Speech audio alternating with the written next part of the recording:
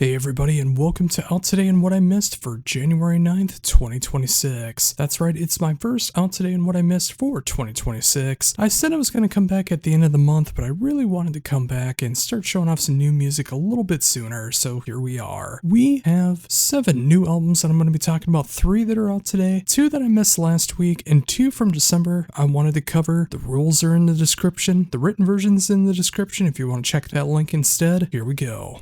First up, we have Beyond the Black with Break the Silence. Beyond the Black is a hard band to narrow down these days, starting more as a symphonic metal band, then becoming more and more of a modern metal band. With their 6th album, they feel like they're capturing both sides of the band while adding a huge heap of melodic metal and melodic rock to balance everything out. It's interesting to hear such heavy riffs at times, followed by passages that feel like they could be on modern rock radio. It feels like a paradox to say this, but it feels like it's the band's most ambitious, but also their most mainstream album to date. But that is what's going on here. The band is focusing on melodies, harmonies, and not being afraid to make the music that they want to make. Add some guest spots from Lord of the Lost, Love Bites, and the mystery of the Bulgarian voices, and you have one of the most intriguing albums of this style for 2026. It'll be interesting to see how bands of a similar flair will fly this year, but until then, if you want a band that is not afraid to take risks, check out Beyond the Black.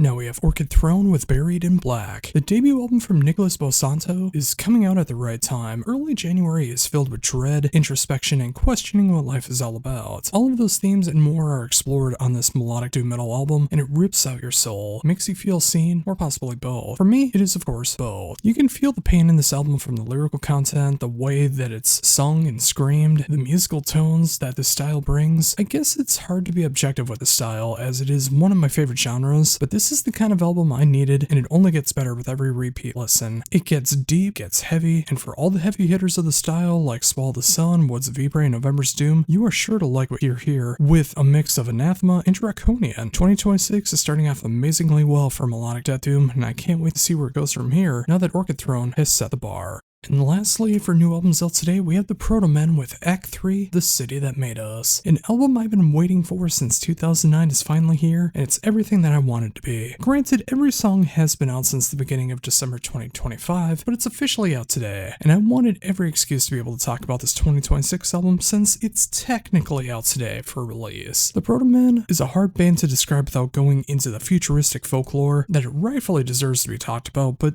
this is just a blurb review, so in short, and missing out on a lot, imagine a mix of Meatloaf, Queen, Styx, Coheed and Cambria, and Queensryche, focused on the themes of anti-fascism, destroying the hierarchy, and Mega Man, amongst so much more. The lore is very deep. While it's only January, this does feel like the comeback album of the year, and one that I've been waiting on for 17 years. This is simply how you continue a long-standing rock opera shining through the darkness. No matter your style of rock, punk, metal, prog, pop, etc., you're gonna find something to love about this one. It has it all, and the more you listen, the more it all comes together. Is it too early to say this is going to be in my top 100 albums of the year? Probably, but I can't imagine this one not being there. It is simply that good. And now for everything that I missed last week, starting with Elend with Zertfall. The latest album from this Austrian tearjerker of a band is one that is a true punch to the soul, but it's also a needed one that is filled with just the right kind of optimism. Don't get me wrong, this is an album of misery, questioning life, and the world that we live in, but in that there is a sense of feeling less alone as we're all suffering, and that kind of message can be inspiring and make you want to continue. You don't always get that from a genre that is known for the meaningless of life and feeling like it's given up on everything like post-black does. While I don't understand the lyrics, the way they are sung comes off as gorgeous, and it's filled with such authenticity that you simply can't fake. Match that with some of the best post-black that you can imagine, and you get one of the best albums of this style of the year. I know this came out January 2nd, and it's too early to say that, but once you hear this album, you'll understand why I would say that. If you enjoy the likes of Harakiri for the Sky, Territoire, and Alcest, you need to check out Elend and everything they have to offer.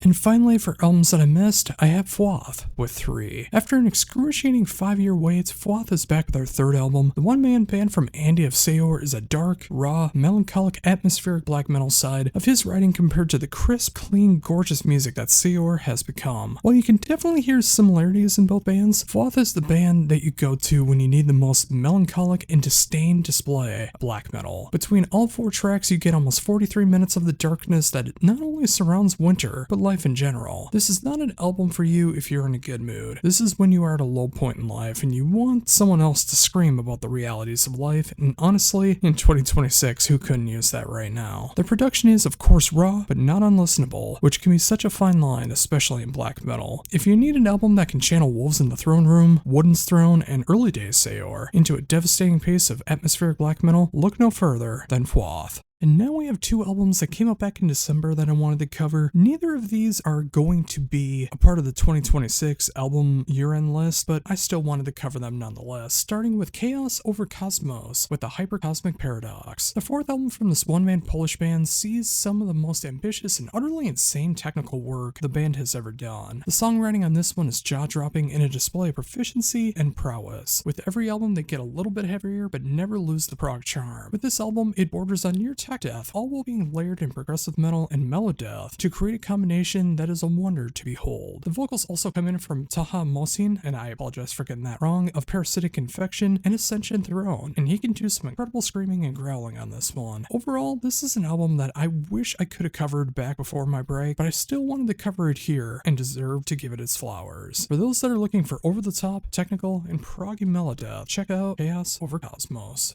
And finally today we have Magic Dance with No Way to Surrender. The fifth album from Magic Dance sees the band going from being a full-on band back to being a one-man affair. While there are pros and cons to this, the music speaks for itself. There are some of the catchiest moments of the band's career here, while hitting some of the most incredible, catchy, heavy, and emotional moments in the process. There are similarities to John's other project, The Runaway Wild, on the heavier end of things, but the majority of the album reminds me so much of the album Vanishings, which just feels like the perfect tribute to the 80s while still sounding perfect for the 2020s crowd. If you love AOR, synthwave, or the 80s in general, Magic Dance is required listening. And there you go, folks. 5 albums down for 2026 and 2 that I missed in December for my first week of Out Today and What I Missed for January 9th, 2026. So what'd you think? Did I cover some good albums? Did I cover some bad albums? Did I miss anything else? Anything that you're looking forward to? Anything that you think I would dig and I should cover? Please let me know down below. And of course, like, comment, share, subscribe, hype if you're on your phone, all of that good stuff. Please and thank you. We're so close to 2,000 subscribers. Let's try to get there. And make sure to come back as we cover Out Today and What I Missed for January 16th, 2025. But until then, for Heavy Debriefings, this is Josh Runko saying, embrace the skillet.